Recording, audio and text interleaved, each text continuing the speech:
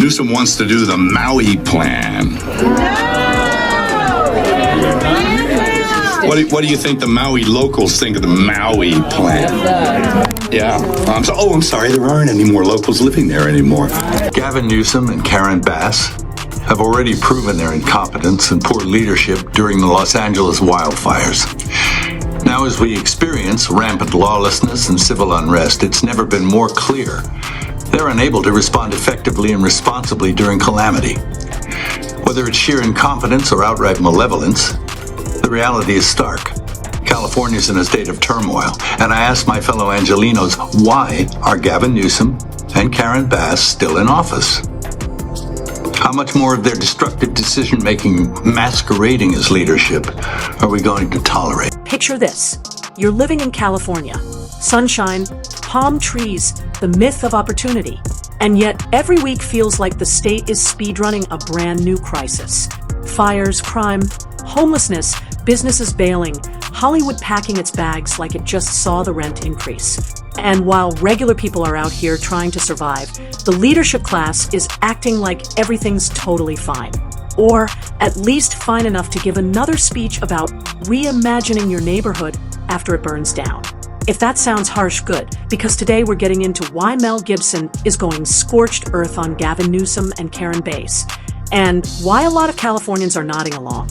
And real quick, if you like this kind of no-filter breakdown, do me a favor, hit like, smash subscribe, and drop a comment right now with one word that describes California in 2026, because I already know this comment section is about to be a battlefield. All right, let's start with the vibe, because you can feel it through the screen. Gibson isn't doing that polished celebrity thing where they raise awareness with a gentle voice and a perfect PR smile. No, he's doing the old school I've had it rant. He's basically saying Newsom's time in office has been a parade of disasters, with crime exploding, homelessness everywhere, inflation squeezing people, and the thing California used to be able to brag about, Hollywood slowly turning into a museum exhibit. And you don't have to be a movie star to understand the point. Because when your state's calling card is "this is where dreams are made," and suddenly it's cheaper to make your dream literally anywhere else, that's not just embarrassing, that's structural failure. And Gibson's most brutal argument is the simplest. If things are getting worse under your leadership, why are you still in charge? Like in any normal job, if the building is on fire, the customers are fleeing, and the employees are crying in the break room, you don't get promoted to senior visionary of reimagining. You get fired.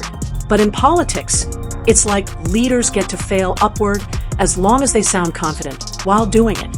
And Newsom, love him or hate him, is basically a human TED Talk. The hair is perfect, the words are smooth, and the results are exactly where.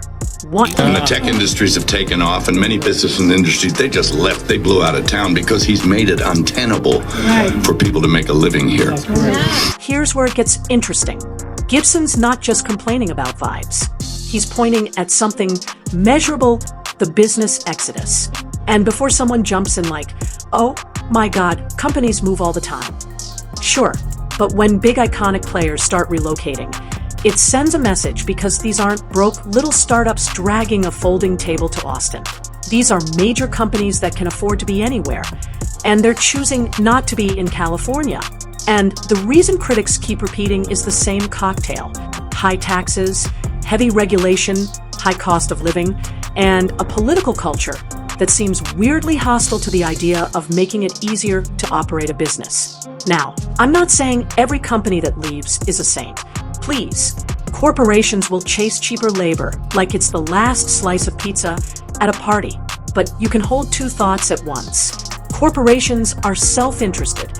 And also, California has gotten so expensive and so bureaucratic that even self-interested corporations are like, yeah, no, we can't do this anymore. When the state that used to be the economic superstar starts bleeding employers, that's not a conspiracy. That's a red flag you can see from space. And then there's the Hollywood part, the crown jewel, the myth, the brand, the thing people around the world associate with California more than the state government itself. Gibson says the film industry used to be the mecca of filmdom, and now it's not. Newsom, since he's been in whatever you call it, office, has brought us nothing but rampant crime, acute homelessness, horrendous inflation. I mean, the industry I work in, the film industry, this used to be the mecca of filmdom. It is no more. And honestly, you don't even need insider knowledge to see it. Productions have been shifting for years to Georgia, to Canada, to the UK, and to Eastern Europe. Anywhere there's a better deal, better incentives, and fewer headaches. And when Gibson tells that story about it being cheaper to fly a whole crew to Bulgaria, feed them, house them, film for days, and fly back, that's not just a funny anecdote, that's an indictment. Because think about how insane that sounds on its face. You'd assume filming down the street would be cheaper than crossing an ocean. But when down the street comes with permit nightmares, union costs, location restrictions, insurance costs, security costs, and a million tiny rules that stack into a mountain, suddenly, Bulgaria starts looking like a bargain. That's the kind of thing that should make state leaders panic, not posture. 3. I had a job where I had to film down the street in LA, one day filming. It was cheaper for me to fly the entire crew to Bulgaria, feed them, house them for 3 days, shoot, come back. Now, defenders of Newsom will say, but he increased tax credits. And yes, even Gibson admits there were concessions. California boosted incentives, expanded eligibility, and tried to make it more attractive to keep productions home. But here's the problem. When the underlying costs are still astronomical, tax credits are like putting a Band-Aid on a broken leg. You might look good doing it, but the person is still not walking. And studios are ruthless. They are not sentimental. They will not stay in California because of nostalgia.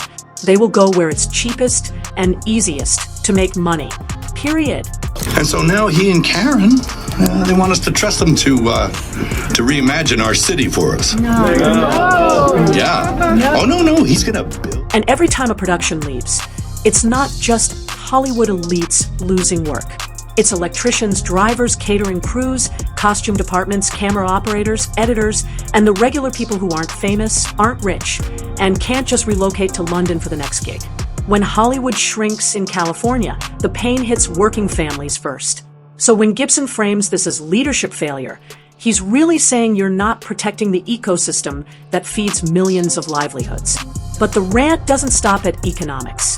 It shifts to disaster response. And this is where the anger gets personal for a lot of people because wildfires aren't theoretical in California. They're not a debate club topic. They're packing a bag. The Scott Newsom wants to do the Maui plan. What do you think the Maui locals think of the Maui plan? Yeah. I'm sorry, there aren't any more locals living there anymore. Gibson's point here is basically that leadership didn't do enough on prevention and then didn't respond effectively when the worst happened. And whether you agree or not, the emotional core of that argument is real. When disaster hits, people want competence, speed, and accountability. Not press conferences, not slogans, not "we're rebuilding stronger while the ashes are still warm." And then comes that biting line about the Maui plan. The implication is brutal, that after disaster, the locals get displaced, the community gets reimagined, and somehow They all had to leave town. Do you think the people of the Palisades or Altadena are going to be consulted about how their areas are reimagined by Newsom and Bass? No. They want to build low-income housing. people hear reimagine, and they don't think of hope. They think developers, consultants, and commissions. And oh, look, you can't afford to live here anymore. So when people ask, do you think the people of the Palisades or Altadena are going to be consulted? It's tapping into a deep distrust that regular residents get treated like an obstacle instead of the point. And if you're thinking, okay, but isn't that a little cynical? Sure, but cynicism doesn't come from nowhere. It comes from patterns. People don't wake up one day and randomly decide they don't trust leaders. They lose trust after watching leaders dodge responsibility, shift blame, and then demand even more money and power. Pathetic, and despicable things I've seen was when Karen Bass, in order to shift the blame and culpability from herself, wiped it on the fire chief and threw her under the bus for speaking the truth about how the department had been defunded. Which leads to one of the most explosive parts, the blame game. Critics say Karen Bass shifted blame onto the fire chief, and that there were accusations about funding cuts, leaving departments under-resourced. Now, I'm not here to litigate every budget line item on a YouTube narration script, but the political dynamic is obvious. When something goes wrong, leaders often try to find a fall guy. And nothing makes people angrier than watching the people on the front lines get thrown under the bus while the people at the top keep their titles. Now Gavin has asked for $40 billion of federal dollars to do whatever he has in mind. Yeah. Why would we trust him with that kind of funding? He already told it. You're really wrong. 8. That's not leadership. That's cowardice with a microphone. And then you get to the money, the give us $40 billion part. The reason that lands like a bomb is because a lot of Californians feel like they've already been paying premium prices, premium taxes, premium housing, premium everything, and they're not getting premium results. So when someone says, trust us with billions more, the natural response is based on what track record. If your big projects get delayed, go over budget, or produce... You're a fool blaming Trump. What are you doing for this destruction of these animals destroying Los Angeles? Are you there, talking calmly with them, you fool? They would burn you down like they're burning the cars and the American flag with no regard for humanity. This is not about Trump. This is about protecting the people from these animals and criminals trying to destroy us. And our police force, are they supposed to stand there, let rocks hit them and kill them? Who's going to save them? You? President Trump called in the National Guard and the Marines to help with these destructive, barbaric riots. Now, the celebrity angle is what makes this pop culturally, because Gibson isn't some random guy yelling at a city council meeting. He's a Hollywood name. And he's criticizing the very leadership that tends to get a lot of friendly coverage in entertainment circles. That's why it hits different. It's like when someone from inside the club says, yeah, the club is falling apart. And then you add Jon Voight, who's been loudly critical of Newsom for years, and suddenly you have this mini actors versus governor saga that plays perfectly online. Voight's comments are intense. He frames unrest and riots in apocalyptic language. He praises Trump for calling in federal forces. He basically paints this picture of California leadership being weak in the face of chaos. And look, who has caused chaos for the people. You're a disgrace. You're nothing but a lying dog for the hopes of becoming the president one day. And God is my witness, truth will prevail because of your faults and your incompetence for California's failures. We the people, I stand with Donald Trump to make this state great again. For we the people choose Donald Trump to save America, and we're in danger with threats from terrorists now. And we must protect our country. This has now become good against evil. And evil will lose because our President of the United States of America was sworn in to protect this nation's greatest gifts: freedom, safety, prosperity. And he will, because he is the greatest president since Abraham Lincoln. You can disagree with the tone, the framing, the politics, all of it. But it's tapping into a real voter emotion, fear of disorder, and anger at perceived inaction. When people watch videos of streets on fire, businesses being looted, police overwhelmed, and leaders sounding hesitant, it creates a sense that nobody is in charge. And here's the scary part. Once the public believes nobody is in charge, they start looking for anyone who sounds like they will take control. That's how political pendulums swing hard. Not because everyone suddenly became an extremist, but because people get exhausted and desperate. Stability becomes the luxury item everyone wants, and they'll vote for whoever promises it, even if they don't like them. So when the transcript asks, why are Newsom and Bass still in office? That's the core thesis. It's not just policy arguments. It's a legitimacy argument. It's saying Gavin Newsom and Karen Bass have already proven their incompetence and poor leadership during the Los Angeles wildfires. Now, as we experience rampant lawlessness and civil unrest, it's never been more clear they're unable to respond effectively and responsibly during calamity. Whether it's sheer incompetence or outright malevolence, the reality is stark. California's in a state of turmoil, and I ask my fellow Angelenos, why are Gavin Newsom and Karen Bass still in office? How much more of their destructive decision-making masquerading as leadership are we going to tolerate? Now let's talk about the impeachment talk, because that's where the rhetoric turns into a direct call for removal. Gibson in this script is portrayed as saying Californians should have moved to impeach Newsom and Bass. That's nuclear. And it's also a sign of how far the frustration has gone. Because impeachment isn't a casual suggestion. It's what people say when they've stopped believing reform is possible under the current leadership. And whether you personally think impeachment is warranted or not, you can't ignore the underlying question it raises. What is the accountability mechanism when a state feels like it's declining? Elections are slow. Recalls are rare. Bureaucracies are thick. And meanwhile, regular people are dealing with immediate realities. Rent that feels like a prank, streets that feel less safe, businesses closing, and a general sense that the California dream is becoming the California subscription fee, 12. But wait, there's more. Because the wild part is that California still has everything going for it on paper. It has natural beauty that looks fake. It has top universities. It has innovation. It has culture.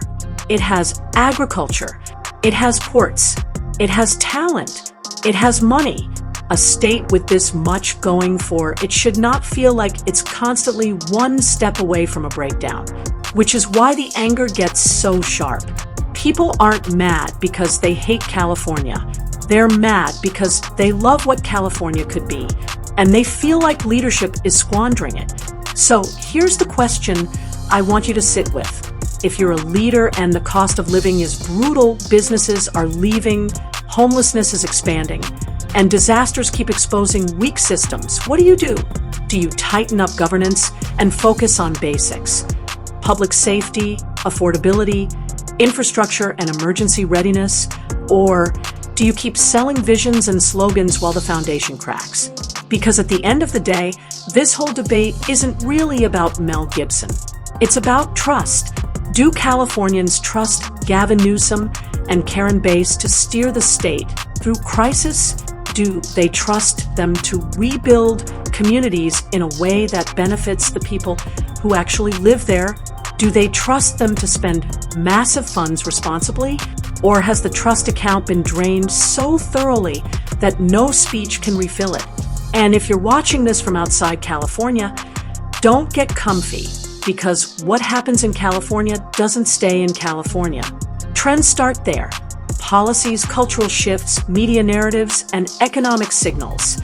When California struggles, it's a warning sign for other states about what happens when governance gets outpaced by reality. So, yeah, Gibson going after Newsom might look like celebrity drama on the surface, but underneath, it is something way bigger. A public mood that's turning from concern to fed up. And so once now people get fed up, they don't want us another to trust them they don't want to another reimagine promise. our city for us. They want change. Fast, Yeah. visible, Oh, no, he's undeniable change. Now, I want to hear from you.